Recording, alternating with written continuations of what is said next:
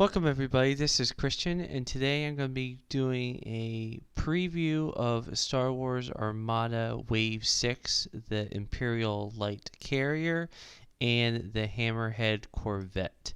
Both of these upgrades are still yet to come out at the time of this recording, but all the details for the upgrades and the titles that are in them are out, so I would just give my initial impressions and how I think they could impact the game. I'll go ahead and go into the Imperial Light Carrier. There's two versions of it, the Quasi 1 and the Quasi Fire 2 class.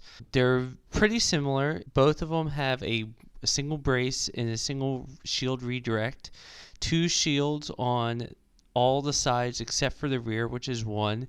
And the fire component is 2 red from the front and 1 blue for the 61-point version, and for the 4-point version it is just blue all the way around with 2 from the sides and 3 blue from the front, and an anti-squadron of 1 blue die for the blue one. And for the long-range cruiser with the 2 red die, it actually has a red anti-squadron die, which is definitely very interesting. That means it can be fired at long range, so that's the very first ship to do that. It can really reach out incredibly far.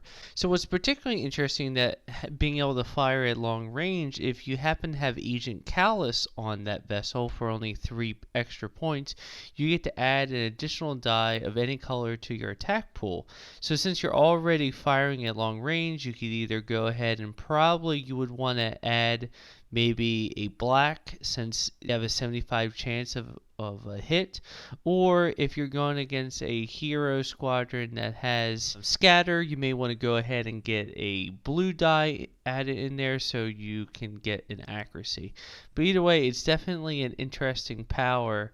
It could change things up quite a bit. It's surprisingly maneuverable, with at speed 1 having to be 2 clicks, at speed 2 1 click each, and at speed 3 a blank and then a click and a single click. So somewhat maneuverable, especially being able to get at speed 3. What's amazing about this vessel is that it has a squadron value of 4. That is much as a Star Destroyer, but at less than half the price. Only 2 engineering, so it's not particularly survivable with only having 2 shields and 2 engineering, but it has 6 hulls, so that's pretty good. So it's definitely a support, definitely a carrier, obviously, and I definitely think it's going to be a real useful ship that's going to get a lot of play, especially early on as people are trying out. There's a new Admiral that comes with it that's particularly useful, Admiral Sloan.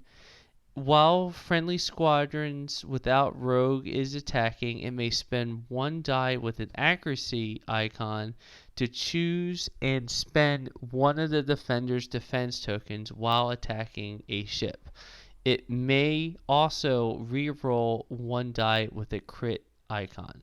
So that just makes all your non-rogue starfighters just incredibly useful against capital ships, even if they're not bombers. Even those TIE fighters, you could just send a swarm of them in and just spend and maybe even discard those defense tokens. Having any opponent that doesn't have a adequate fighter screen to protect their ships is going to be just torn up by this, even if you just have basic TIEs. So this makes TIE interceptors and TIE fighters again really useful, just to just be bodies and before just tie up enemy fighters. But now if those fighters aren't there, you can go ahead and turn them against the capital ships in a much more effective way. That was one of the downsides before. If you had a TIE fighter, or particularly TIE interceptor heavy build, and you happen to not come across an opponent that had a lot of fighters themselves, they really weren't all that useful. Well, now they are, and she's only 24 points. It's just an amazing power, and I think you're going to see a lot of use. Boarding parties, I think, are going to be somewhat useful. It's a discard, it's 3 points, and you have to be in close range. but you have a higher squadron value, so you could actually do this. But I definitely think you're going to see these mostly as a carrier, not so much of a boarding party vessel. Maybe every once in a while some of the starter destroyers you may see that, because they have a high squadron value as well, and it's very often that ships go ahead and get in close range of a star destroyer, so I think that's probably more likely. Disposable capacitors, I think that's kind of interesting. 3 points, one time only. You can have your ion cannons shoot at long range. I don't think that's particularly useful. Grand Inquisitor is definitely pretty interesting, is whenever a enemy at range 1 to 5, so that's pretty far out, changes its speed, you may exhaust this card and increase or decrease your speed. That's actually pretty useful, especially if you're going against rebels and you have a lot of corvettes. They're going to be changing their speeds back and forth and trying to maneuver around, and you'll get a lot more flexibility that way yourself. The Pursuant, while you reveal a command other than a squadron command, you may discard this card to resolve a squadron command. Treat this command as if you spent a dial. So it's 2 points. It's essentially a cheaper version of the squadron commander. Whenever you want that squadron command, you can go ahead and do that.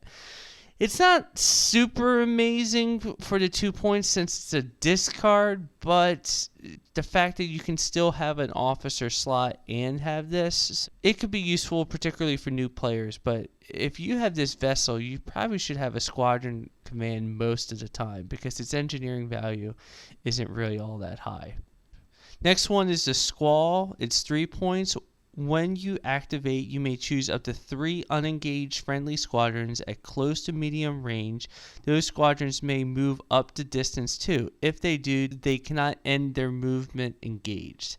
That would be more useful for rebel players, especially for slower B-wings and stuff, but this still allows you to create a little bit of a fighter screen and move them around when you want. The fact that this doesn't require you to have any kind of command or anything, you just do this every single time. So for 3 points, if you have a lot of squadrons and you want to get them in like a really great position, then this would definitely be a good one for that. And also, it should be noted that this is when you activate, so you can go ahead and move them and then still do a squadron command and move them even further, which they show in the example of the Fantasy Flight article, where you're effectively moving your bombers at a ridiculous distance. The last one is Stronghold. It's 5 points, so pretty expensive, but it has a really great ability. While a friendly squadron with swarm is at distance 1 to 2, is defending, the attack is treated as obstructed. So this is all attacks. It's against when you're defending against both squadrons and ships, and it's only while you're defending, not while you're attacking. Being able to take a die away, especially for anti-squadron fire, is particularly useful. And distance 1 to 2 is relatively far. That's a good amount. This thing being able to go through middle battle if you have a lot of vessels with swarms, so this is a great combination to use with Sloan, because her ability is ones that are non-rogue. Go ahead and have a lot of these swarm, maybe have Howl Runner in there, and you're just going to be able to tear stuff up with just TIE fighters, and they're going to be a lot more survivable if they get to remove one die away. What are you most looking forward to use?